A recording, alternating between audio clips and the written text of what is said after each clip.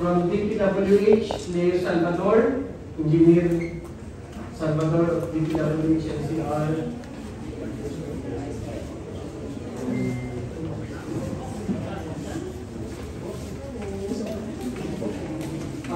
Representative from Antipolo.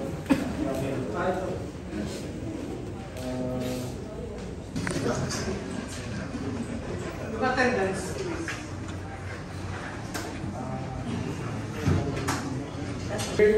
Yusek Procopio Lipana, our Assistant General Manager for Operations, ASEC David Angelo Vargas, Director Noy Miresio, Director June Piscino, and all our traffic heads, MMDA. So we've invited LGUs from Antipolo, Cainta, Marikina, Pasig, and Quezon City. So basically, ito pong 5 LGUs na to, ito yung affected at yung may jurisdiction dun sa Marcos Highway. So I'll give the floor to